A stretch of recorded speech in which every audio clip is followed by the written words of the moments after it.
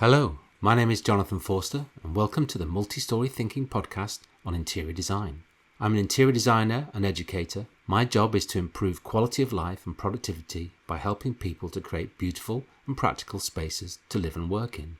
The Multi-Story Thinking podcast takes an educational slant to the interior design world. If, like me, you are curious about how things are done within the industry, how people get their breaks, and how they develop their careers, and get some top tips and advice, then this is a podcast for you. So sit back, relax, as we help unravel the mysteries of interior design.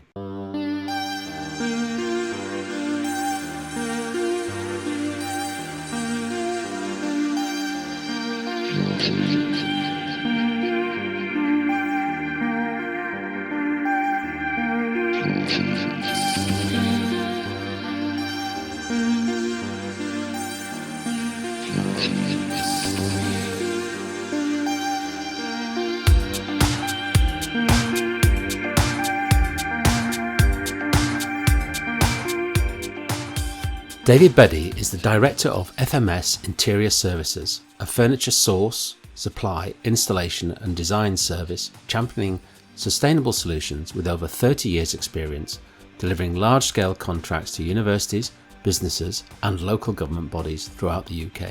David has developed an approach that focuses on sustainability, long-term client relationships and evolving market trends. This strategic and value-driven approach transforms furniture selection, design and life cycle management, helping organisations operate effectively and more sustainably. I've worked with David and FMS Interiors as a design specialist for over 12 years, supporting their sales team and helping to promote good design and responsible and sustainable specification of furniture. I spoke to David in August 2026. In this episode, we discover the importance of developing a dialogue about what to do with existing furniture, how a systematic approach can help multi-site organisations, the importance of buying the right choice of furniture at the start of a project, how working closely with designers can fast-track a project, and why, if you want to get somewhere fast, you should go slowly, but not too slowly.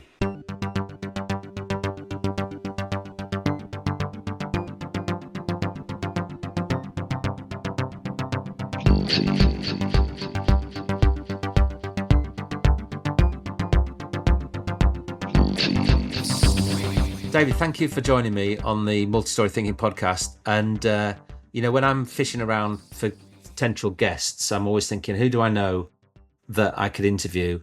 And we've worked together for quite a long time and it never even crossed my mind to think about you because probably we were so familiar with each other but we've been working quite a long time. But you've been in the business running FMS Interiors for quite a long time, furniture supplier, but that sort of doesn't really capture everything the business does. But can you give me just a bit of a background of how you got started?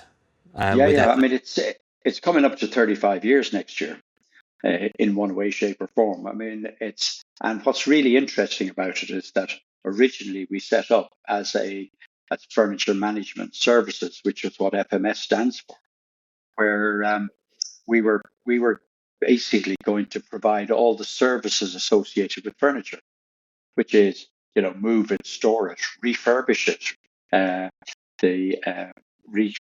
respray the metalwork, refabric, all that sort of stuff, and move it about, reconfigure it. And we were very successful back in the 1990s at actually doing that for companies where they had invested in furniture where they were paying £2,500 to £3,000 a desk. And I suppose the thing that happened towards the late 90s is that the price of that furniture came down substantially to the stage where a traditional workstation you could now buy for about 700 quid. And the desk part of that you could buy for about £250. So therefore and the need for people to manage furniture didn't appear to be as prevalent as it was, because it wasn't all necessarily interconnected. And there wasn't as much. I was going to say that the management of furniture is quite an interesting concept because people don't really think about that. They buy furniture, it sits there, and they end up having to get rid of it because it breaks or Mhm. it's not the style that they want. But you saw an opportunity to provide that kind of service, which is essentially really a sustainable approach, isn't it? I mean, when people talk Very about, much. Yeah, I think the funny thing is that now, 35 years later, it's come full circle. And all of the services that we have always been offering, now people are looking for. It was very much a sustainable approach. And we were very successful at the time in supporting what was then an office dealer network in supplying them, let's say, 50 or 100 or 200 refurbished workstations at the time that they were probably trying to sell a client another 500 new, so that they made the costs of the deal work for the client and therefore retained the client. The So I mean, one example of uh, where we basically drove sustainability to its highest level was, I think it was Sun Alliance down in Bristol, who were in across 7 buildings in Bristol, and they were moving out to one new building in Parkway Gate, and basically they had about, I think, 700 people to move, and we devised a scheme whereby they bought 70 new workstations, and they moved 70 people out to Parkway Gate. And as soon as they'd left their desks, we moved in, dismantled all the furniture, took it back to Warrington, resprayed the metalwork, and put it all back together again, and then delivered a 70 down to, sort of 2 weeks later, down to Parkway Gate. Then they moved another 70 people across, and they moved another 70 people across, and then we did the same process again. And we did that until all 700 people were moved. And so it's really the, responsive and yeah, kind of they help. reused the furniture that they had, even though they didn't know it. There's minimal ejection of new carbon footprint into their buildings, and essentially, and they paid probably less than 50% what they would have paid to furnish the building with new furniture. So was that a radical kind of approach in that era of the recycling approach, I reuse? think our approach has always felt a little bit radical. In those days, we used to draw an experience curve for furniture, and uh, we used to draw that experience curve graph and show the furniture as having 4 different lives. And the first life was when it was brand new in the let's say in a bank or insurance company or whatever, or a tech business. The second life was when we had taken it out, but it was good enough to put back in to somebody else. The third life was when it came out of that person and it got refurbished. And the fourth life was when it was really on its knees. But that was possibly after 20 years. And that's when we would have broken it down, sent the metal off to metal workers, sent the melamine, the MD off back to be broken down and used for uh, to create more wood chip effectively.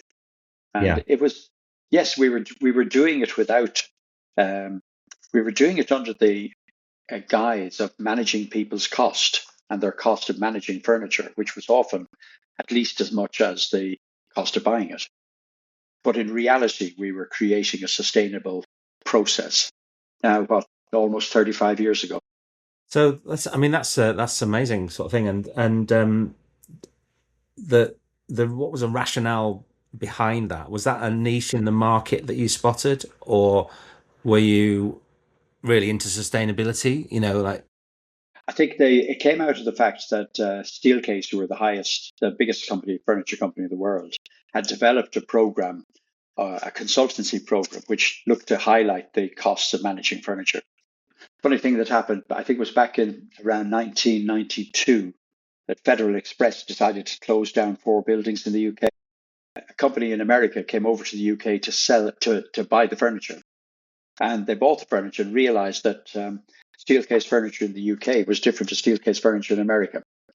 And so therefore they tried to sell it within the UK where there was no market. But before they went away, before they left, they fell across us and we bought the furniture off them. And out of that, we created a model similar to what they had in America, whereby we would buy tranches of furniture that was good quality, uh, already used once, and refurbish it and resell it back into the marketplace, usually via the dealer network that existed at that time. And yeah, it was very, very effective. And the at a time when a lot of companies were looking uh, to keep their costs as low as possible, as they always are. Nothing has changed in that aspect. It almost seems a little bit weird that what people paid £3,000 for in 1990, they'll now pay £300 for it and still resent it. They still don't want to pay the money for it. Yeah, exactly. How's the role of FMS and the furniture suppliers in general changed over those 20 to 30 years? Yeah, I mean, it was fairly. I think a lot more has changed since 2008, because up to that point, everybody tended to work very much within a dealer network. Furniture companies tried to sell into a dealer network, and the dealers more or less kind of they didn't hold the power as such, because but they would drive the sale process, and they would add on the services like design and installation and delivery and all that sort of stuff. The But the furniture business in the UK is very fractured, in the sense that there are hundreds of companies that make furniture, either from very small specialist companies with one or two people, right up to people the likes of Senator, where they're employing a few hundred people and turning over a couple of 100 million. But it is a very fractured market, and I think the thing that has been happening over the last, I think, as the generations have changed, the things that have been happening is that manufacturers aren't relying on the dealer network anymore. Again, because everything always seems to be a hammering down of cost. So having dealer managers to support the network is largely unsustainable these days. And we're seeing more and more of let's say, the mid-range manufacturers just going direct themselves and cutting out the dealer. Okay, so And just to clarify, where you sit between the client and the manufacturer, you're not a dealership as such, are you? But you are a kind of middle person, aren't you, between? yeah, I've always put it in the terms that we've always operated as a free house. So, in other words, our job is that we are client focused, and that we are helping the client to make sure they've got the furniture that is right for them. So, in other words, there aren't 10 manufacturers that we represent and they're all we're going to consider. We're in theory representing all the manufacturers in the UK, and we would pick the products that are the right ones for the client and at the right budget for the client. And that's more important to us, because the raison d'etre for us is that we're helping multi-site organizations primarily control the look and feel of their buildings. And a multi-site organization can be, it could be somebody like it could be a university that's got 20 buildings on site. It could be a student accommodation company that has got 60 or 100 buildings that they have to manage. It could be somebody, an office like the Met Office, for instance, which has got a huge number of small outlying locations and some mid-sized locations around the UK that they have to support. So we're all the time looking at the client and trying to help them with the furniture that is most appropriate for them, and help them to manage that process. And more recently, helping them to manage the carbon footprint within their organization, so that they've got real opportunities to drive their business towards net zero, which is probably a panacea. But it would be very remiss of us if we weren't trying to help them to do that. Yeah, so sustainability, I mean, you kind of built the business on that concept, really, of providing a sustainable option. But that's becoming really one of the things most people are talking about these days. Have you adapted much in respect to that, or are there other aspects of what you do that have shifted slightly to sort of to align with the way people are thinking at the moment? I don't think we have had to adapt that much. I think because I think it's always been inherent in our attitude. Because every time we've gone into a company to talk about anything, we're always considering the legacy furniture. We've always done that.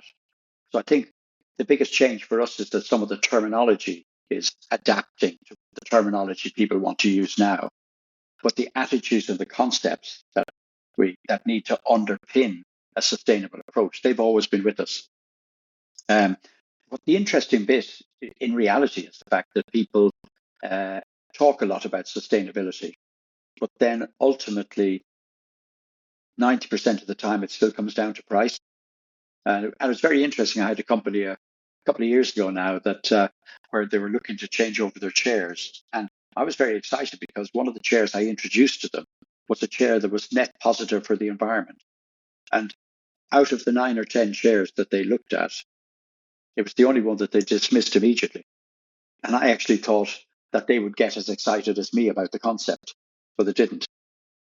Okay, so people they like the idea, but they're not prepared to pay for it. Was it more expensive then, or?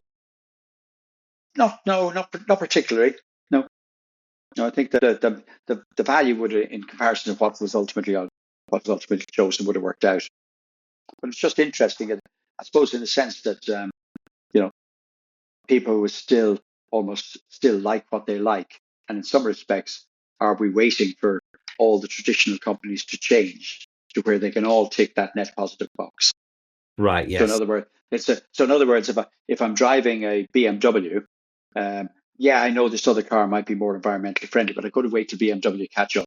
There's almost a sense of that at the moment. It's fascinating the sort of perceptions of your clients.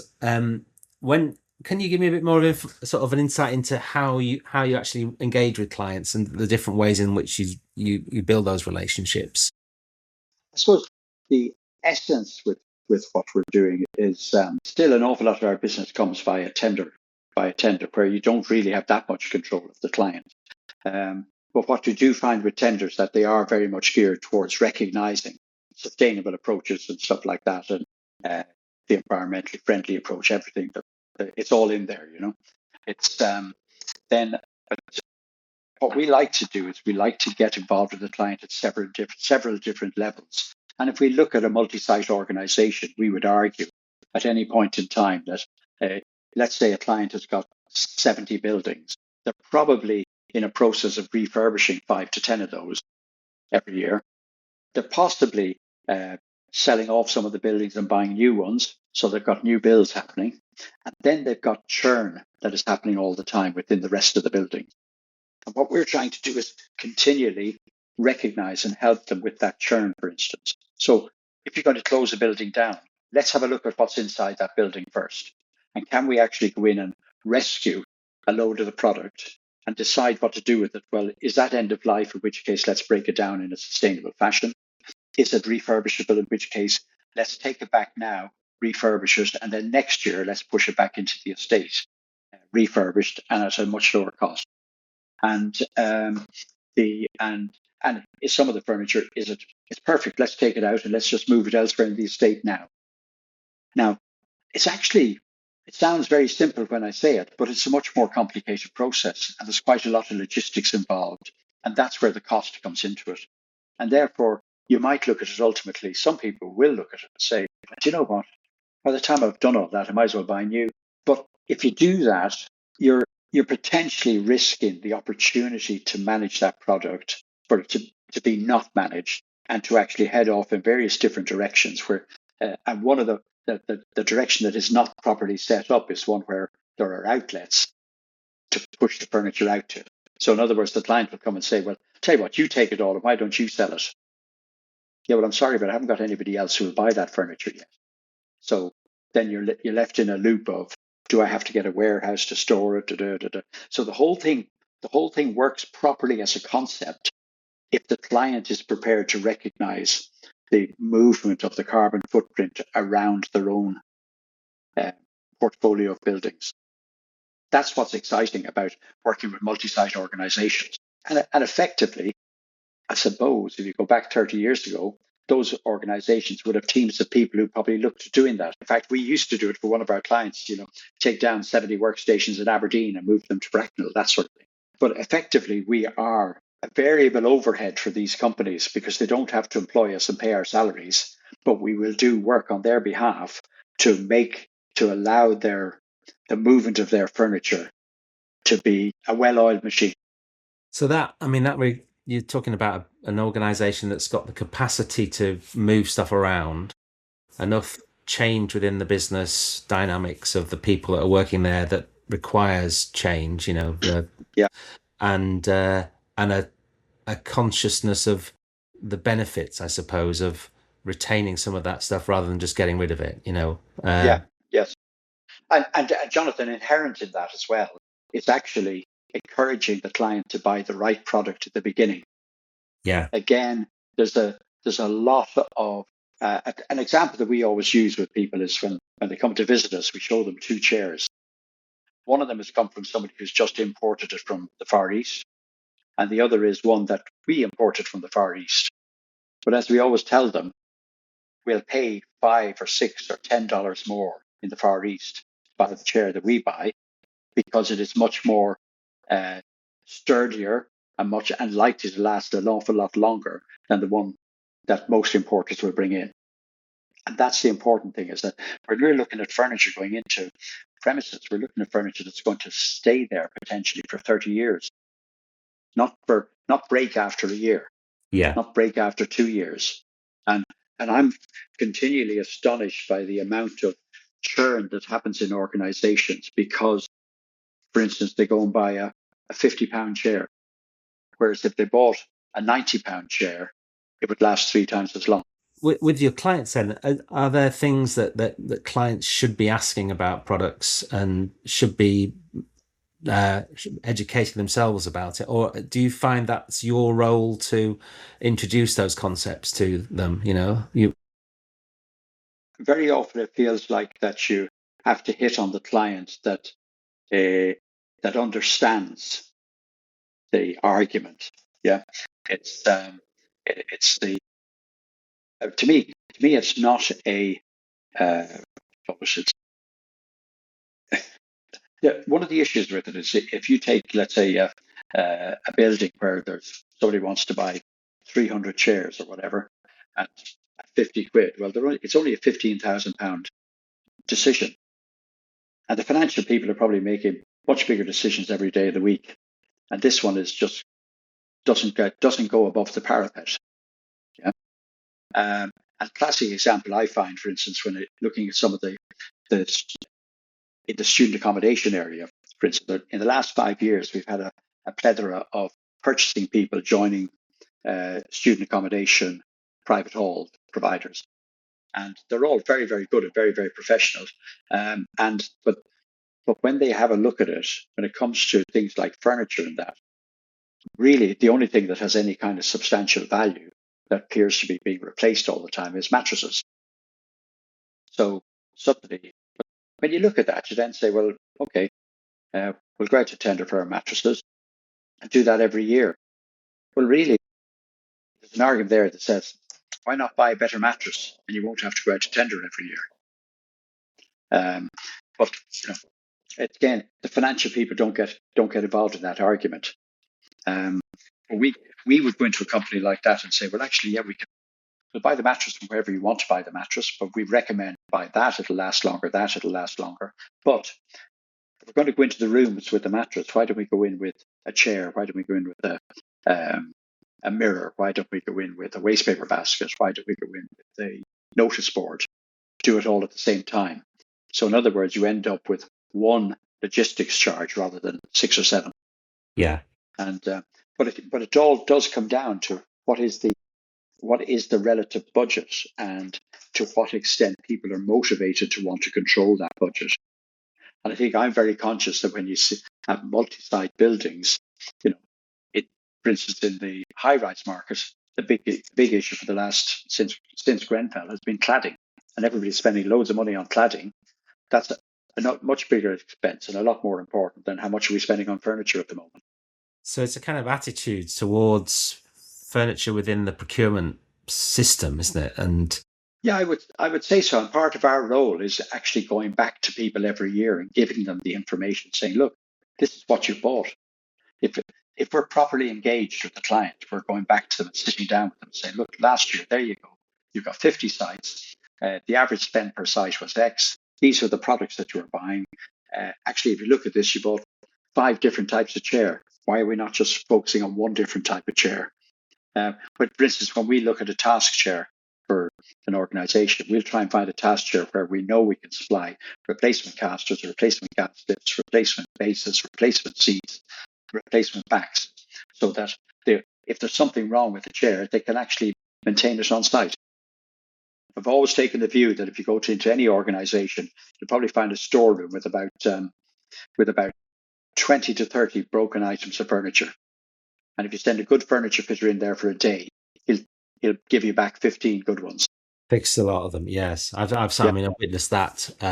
In various workplace and university environments. The sad, slightly bent flip-top table that's lost a bolt somewhere. And yeah, it's yeah, so it's getting into the getting the client into the mindset of the longevity of furniture and the ability to repair and replace.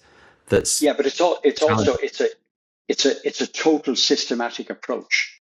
See, I think the issue in the marketplace is that somebody who's there selling you new furniture really doesn't want to do the services.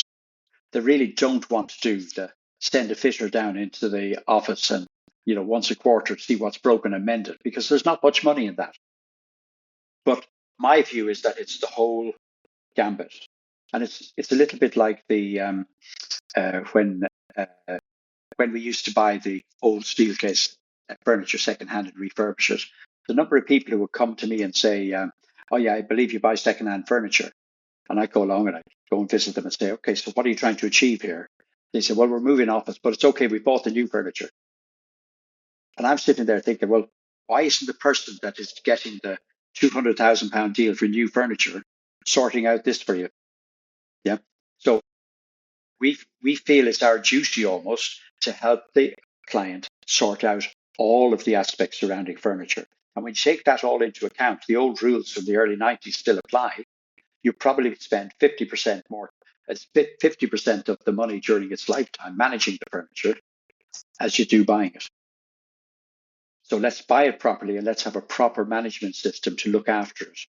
So you're looking at And that long-term relationship there, where you can add totally, value yeah, and yeah, be the support yeah, network system, I and suppose. yeah, and we're not interested in just one project. We're interested in do the projects and the regular work. We're the project and the churn. We want to do it all for you. We want to support you on all of it. We want to be there to advise and guide. What you need is in Aberdeen tomorrow for a bit of advice and guidance. We'll be there. Yeah, and and that's when we analyze our client base now. It's lovely because it's made up of.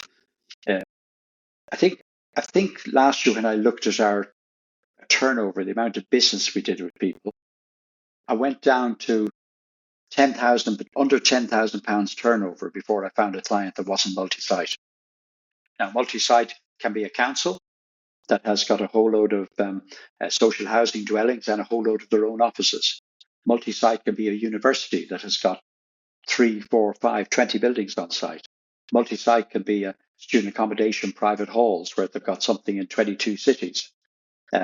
Multi-site can be it can be a big tech company that's got offices in 10 or 12 different cities. So multi-site it could be a council where you're delivering into their warehouse because they're going to deliver it to multiple sites. Yeah. It could be a contractor that's working on 6 different projects at the same time in different areas of the country.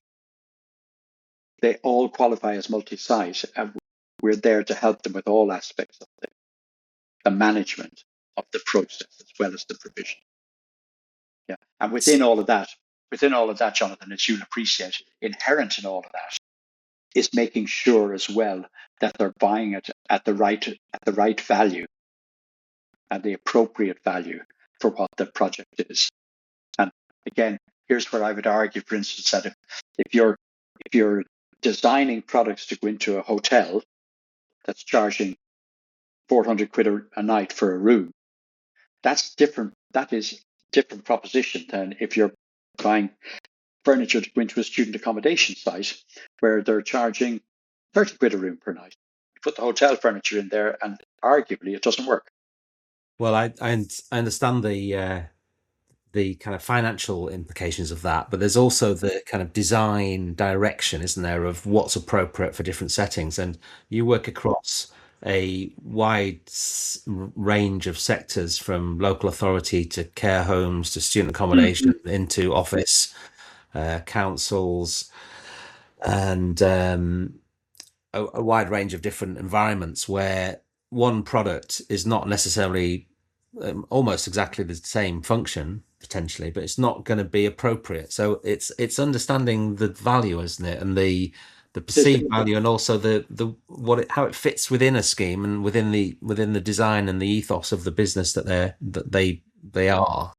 Clients don't seem to have that kind of understanding. So you mentioned you've done a lot of tenders where products are coming through that they've been specified.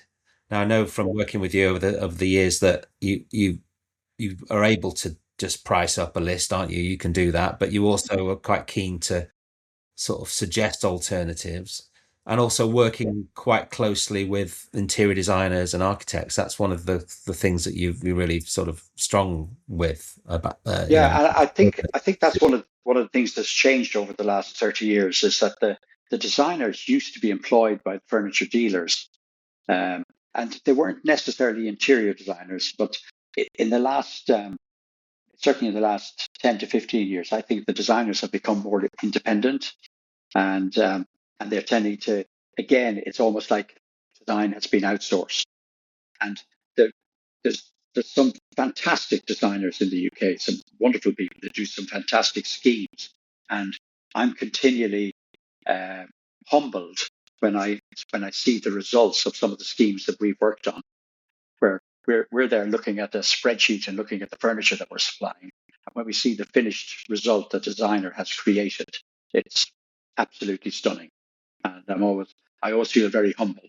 And but the thing that we do, and what people have said to us, is that they like the way in which we interface between the designer and let's say a contractor, so that we can manage the process, so that the the contractor and the end client are getting a value proposition that works for them without losing any of the attributes that the designer has brought to the table.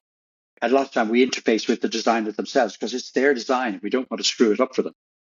And what really works from our point of view, when we can interface with the designer at the front end before they give their finished proposal to the client, because we're able to reduce the number of iterations that go from the designer to the contractor to the client, or from the designer to the client, because we're able to advise the designer that actually, why use that fabric? Why not try this one?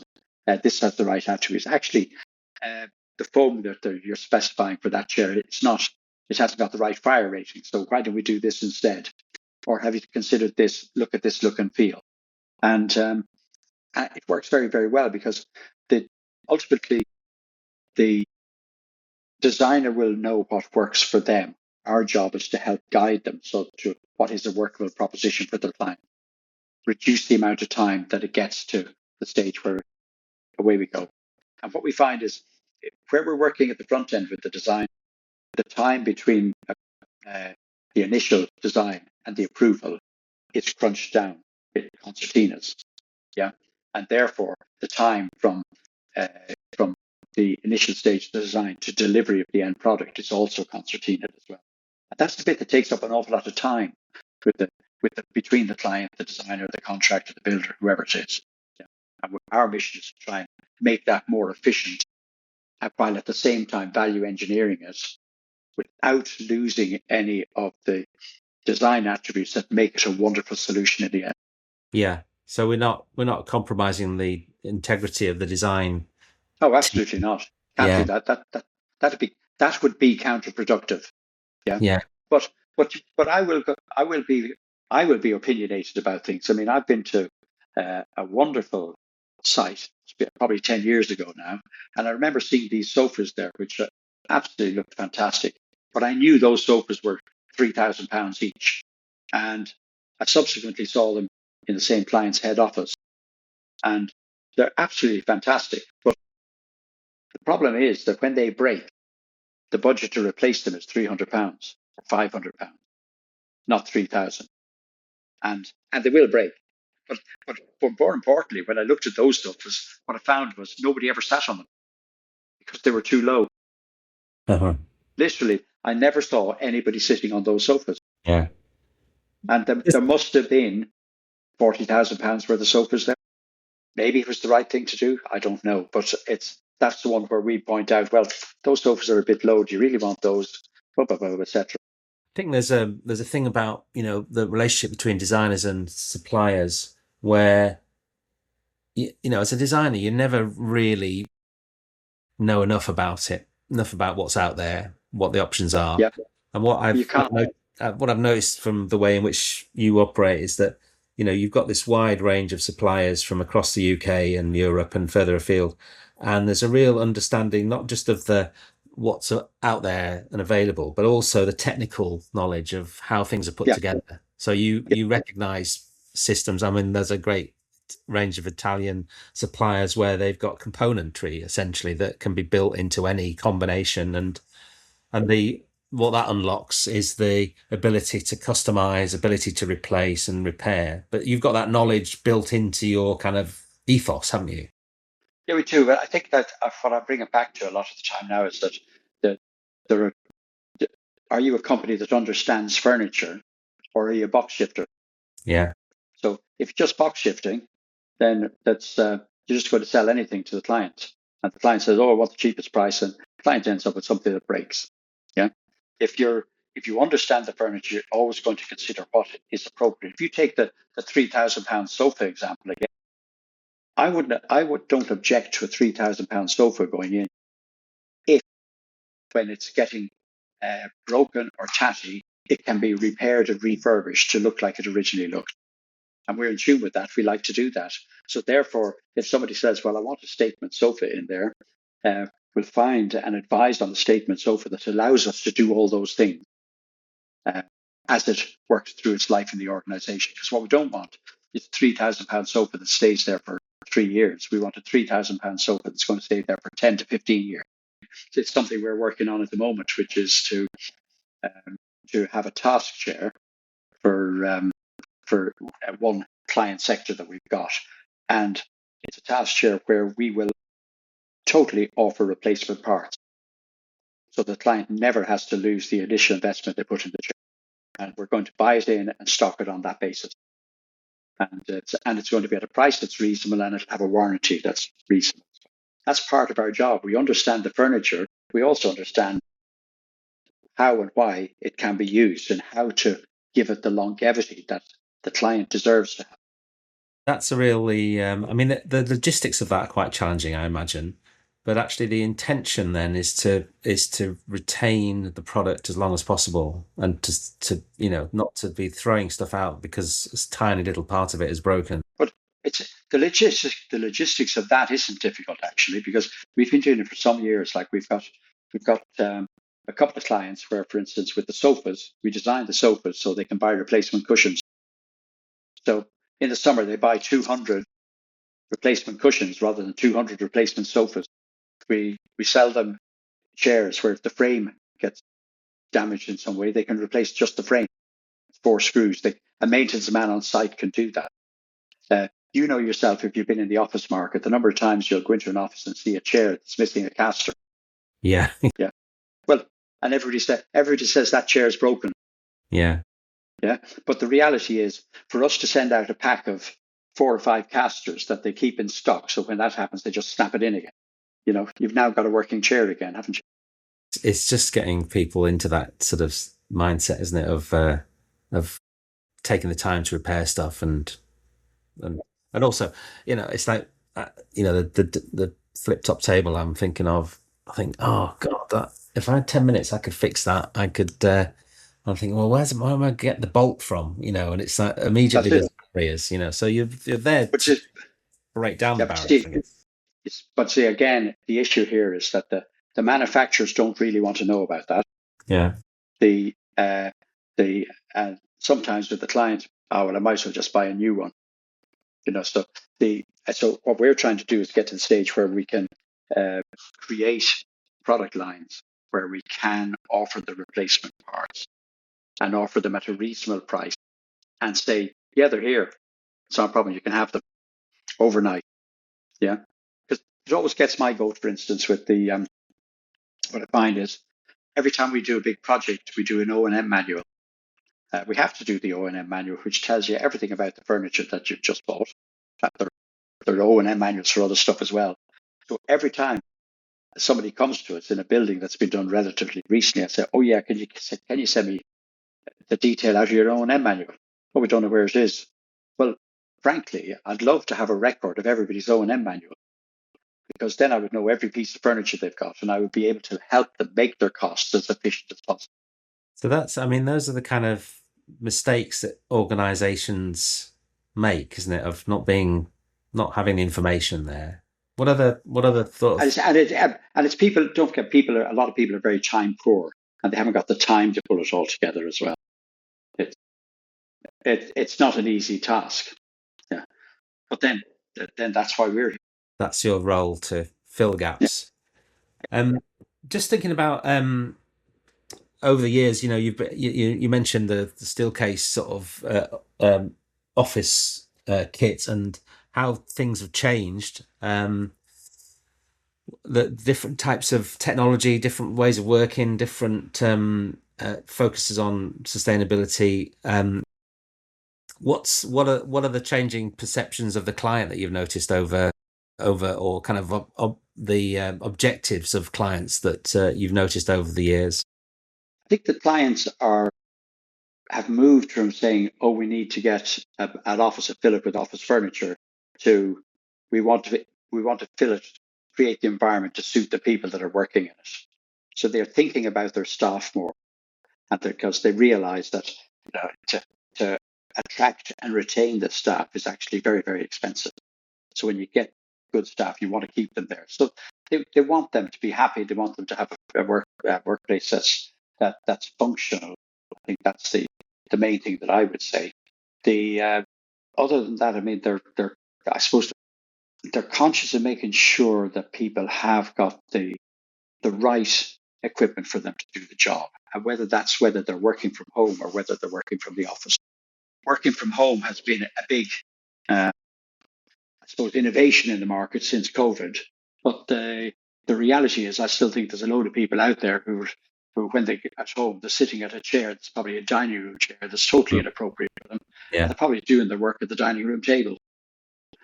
Whereas if they were in the office, the client would have their employer would have given them a nice chair that's got good back support, that's very ergonomic, desk that's ergonomically placed, screens that are in the right place, and all that sort of thing.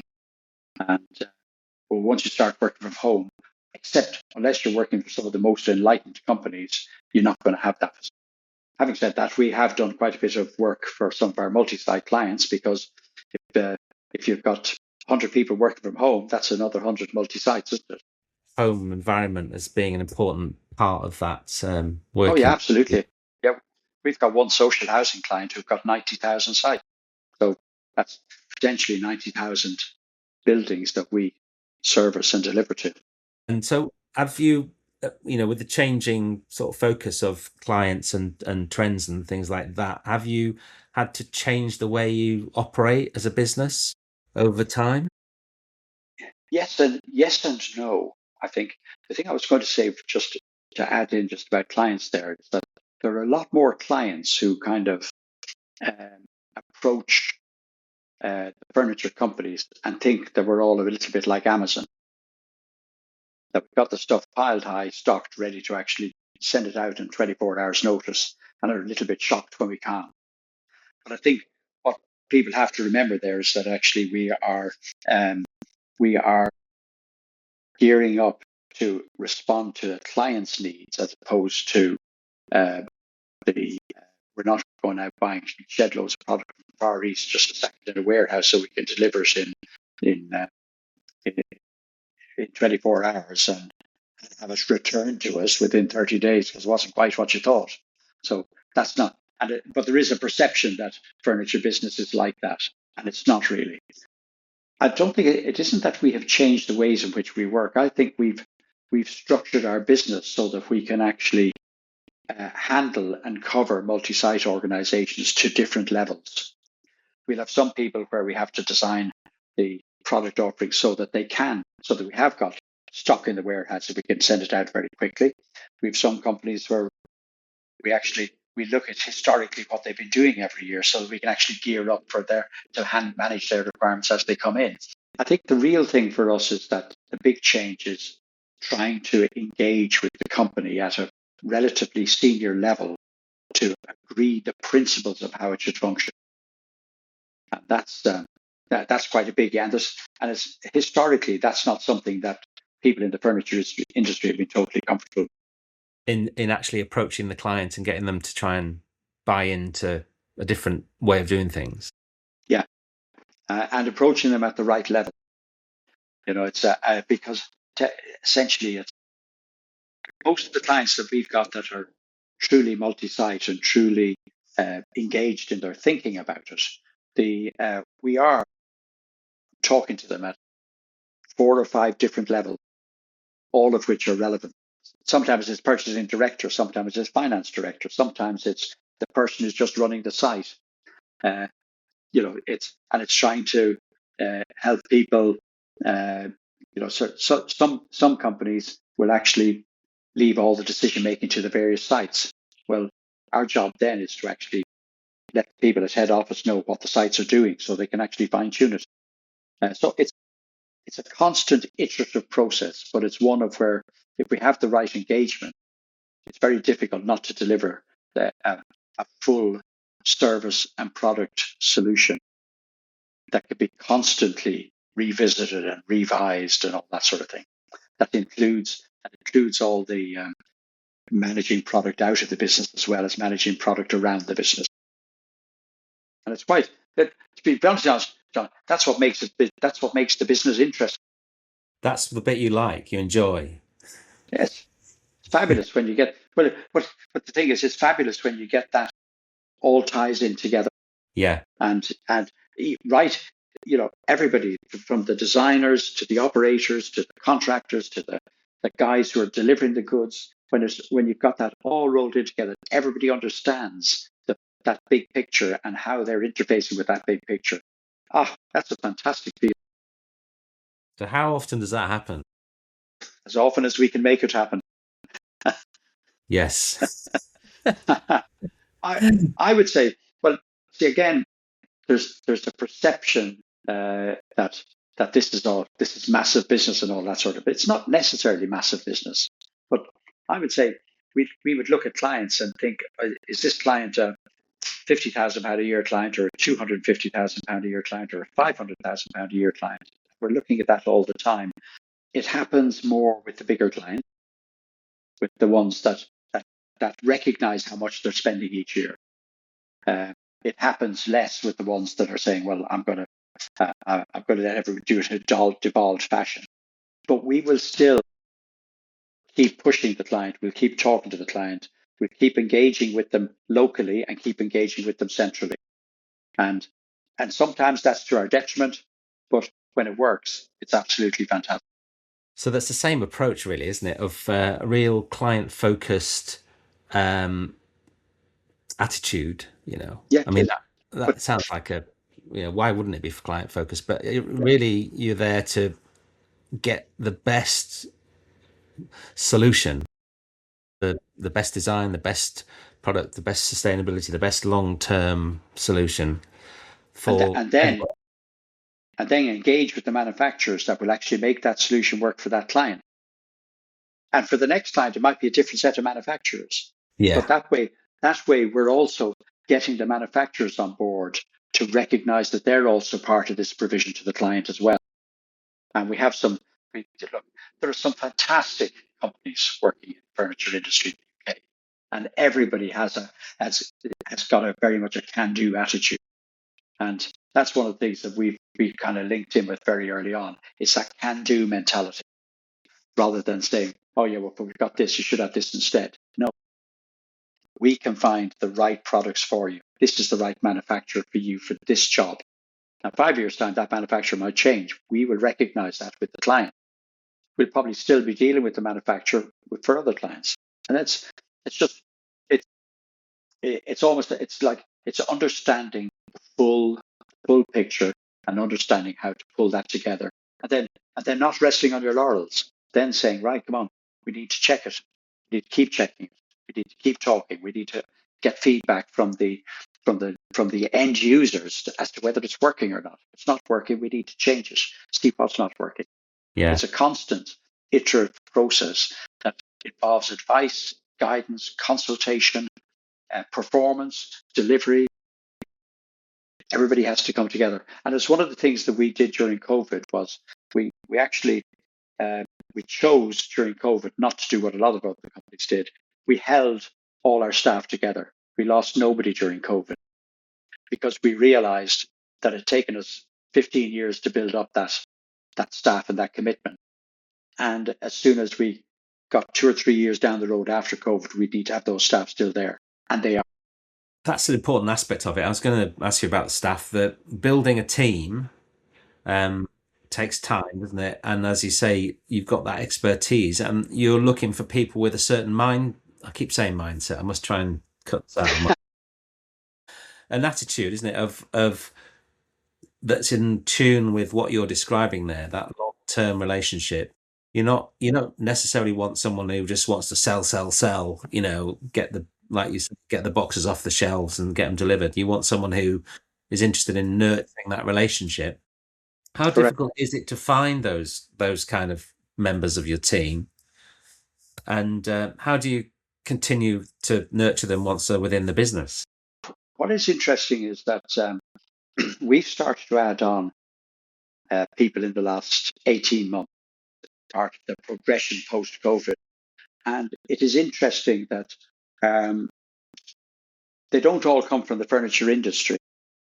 If they have got some furniture experience, it is helpful, but you can always teach people that anyway. People that have come on board and that come on into our sales support unit or into our sales unit, they they get they get the idea of this full service product provision to multi-site organizations, and they're gradually getting their brains around how they adapt their own personal sales style to that, because they can see that if you get it right, you can 3 or 4 clients and you can get your whole year's target from that. Mm.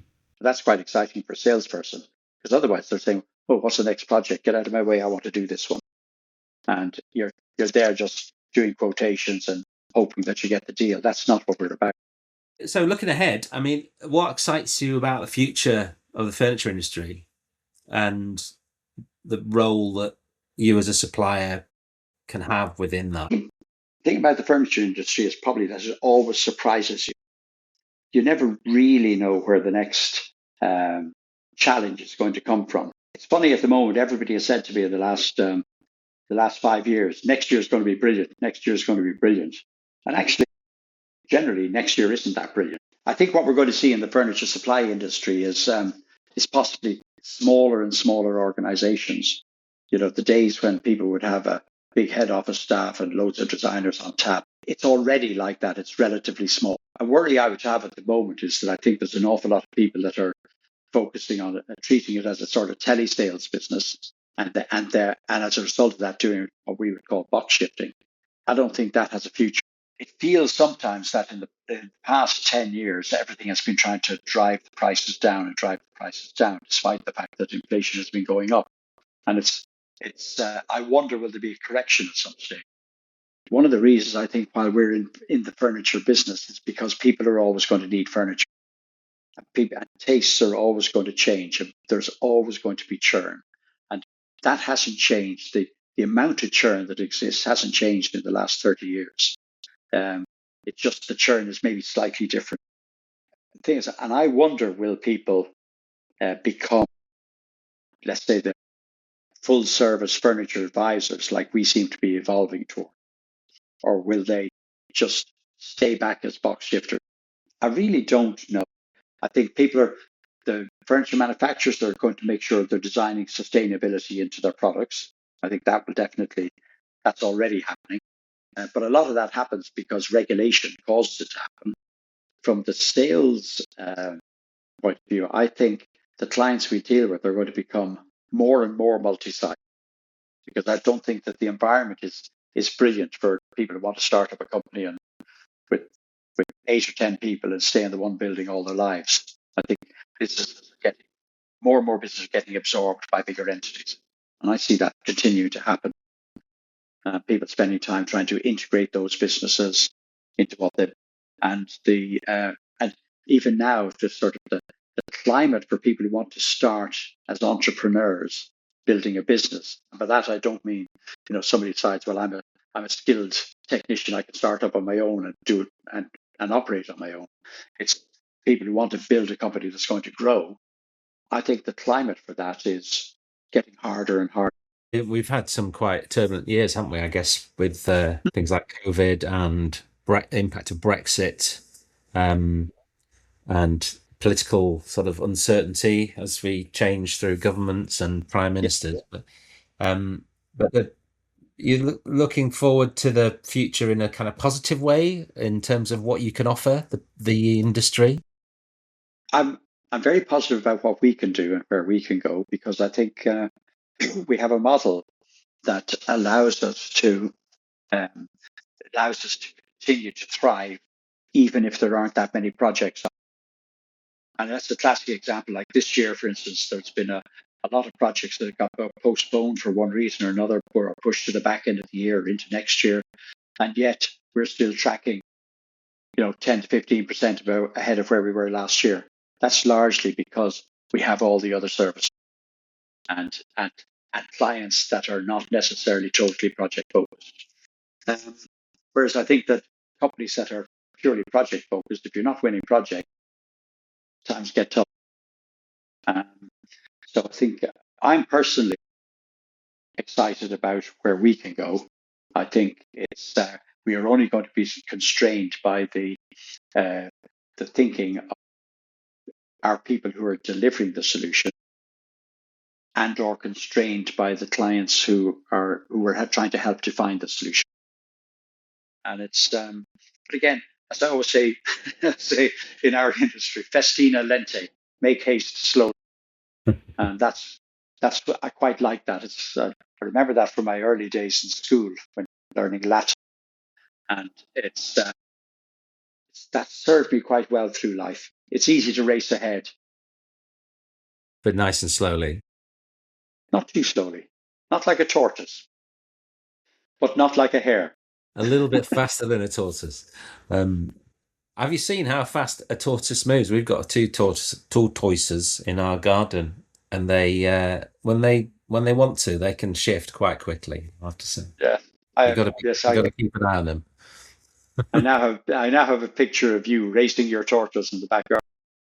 It's a moment of stress and anxiety when the tortoises are trying to leg it for the boundary. Once they're gone, you're in trouble. If someone wants to create a space, what can they come to you for?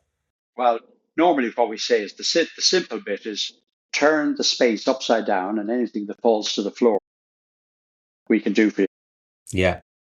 But increasingly, we're also saying, actually, for instance, particularly if we get into things like hotel foyers or amenity spaces and student accommodation, we can also do the joinery work as well.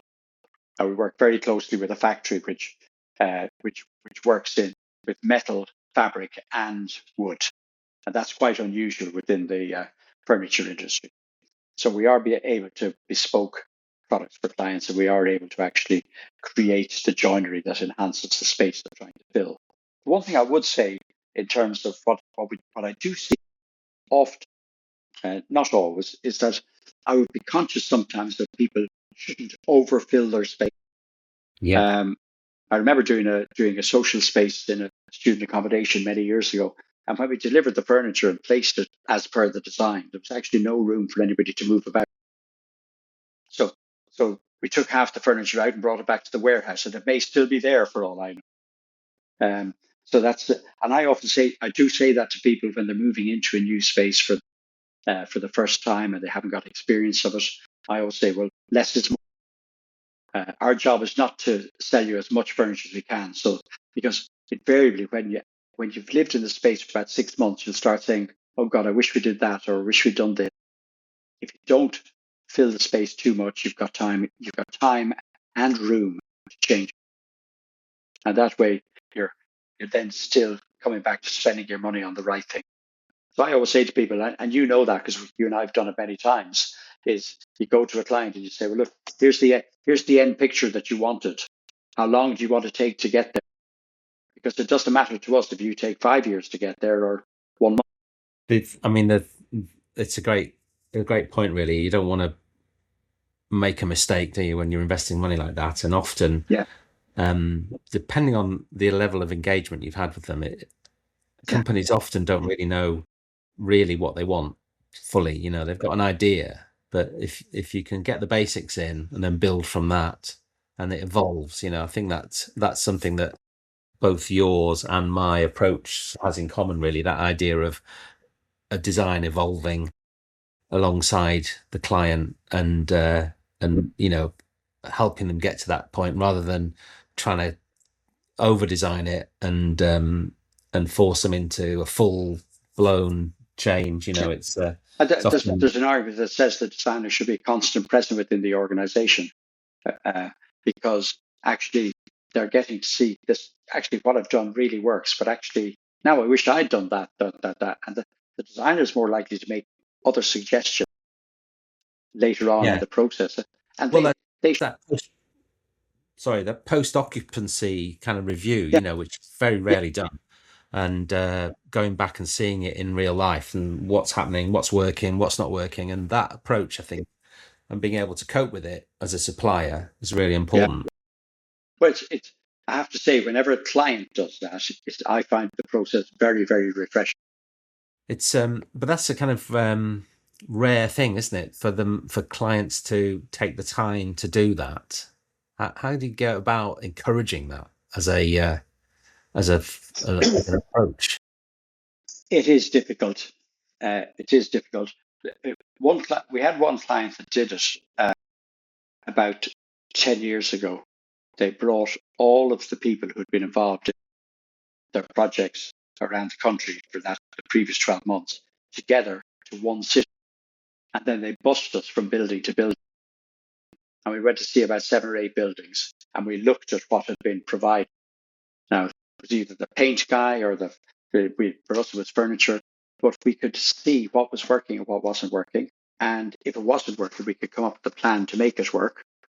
And really, I think with the advent, being there on site and going around to see those sites was what was the real eye opener for everybody, because you're engaging with people at all levels of both organizations, and you're engaging with other people that you've worked with to deliver the end result. Now, post-COVID, we've got to a situation where you might do a review with a client, but it's probably not on a site. It's probably over Zoom. You're probably meeting people that you might not have met as part of the process before, whereas meeting them face to face makes it a much more productive engagement. So I would be a great advocate in, if you're going to meet up with your suppliers to talk about what's happening here, let's do it at a site. Let's do it where we can actually look at the practicalities of what might have been done or not done. Let's break down the barriers that we naturally have by virtue of just communicating over a link. There's no substitute for face-to-face contact with people. That's kind of basis of customer relationship, isn't it? And building. That was the big thing for our customer to do 10 years ago. But it was very, very productive. And not everybody has the time for it as well, because there is a sense in the world now, as soon as you've dotted the I's and crossed the T's on one project, off to the next. Well, that's the testing process, isn't it? And that's how you learn. I think that long-term relationship is key to getting the best out of that. Yeah. And the danger is, though, Jonathan, that because when you're doing a new building or whatever, there's so many more trades where the spend is so much more. If somebody's going to spend £20 million on the building, they might only be spending 500,000 on the furniture. The only argument I would have is that actually furniture is probably the most visible part of the end product. It's the bit that people engage with, isn't it? It's the bit that people It's the first impression. Yeah, it's what facilitates the activities or the functions, So So therefore, actually, it deserves to have its place in the review process.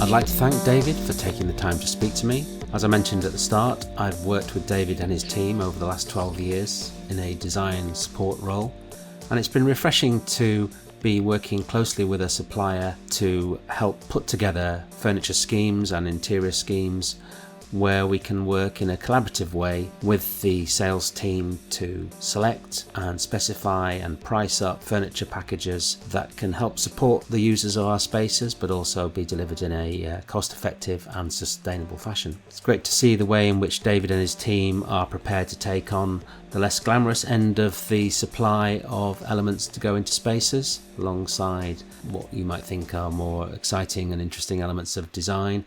The focus on a full service and a lifetime approach to the relationship of them as a supplier and the furniture that they supply is really interesting and helps to create an environment where businesses can develop their goals and also have a supply team in the background supporting that direction. There's links in the notes if you want to get in touch with FMS Interiors and benefit from their experience, knowledge and expertise in building furniture packages, then get in touch. I'd like to thank Dave Clark from I Am The How for production support and invaluable advice in the setting up of this podcast, Kay Hansen for her planning support and co-hosting for these and our educational podcasts for the University of Plymouth, and Mark Frith for the music. I'd like to hear your feedback. You can get in touch via the website or on Instagram. Thanks for listening. Bye for now.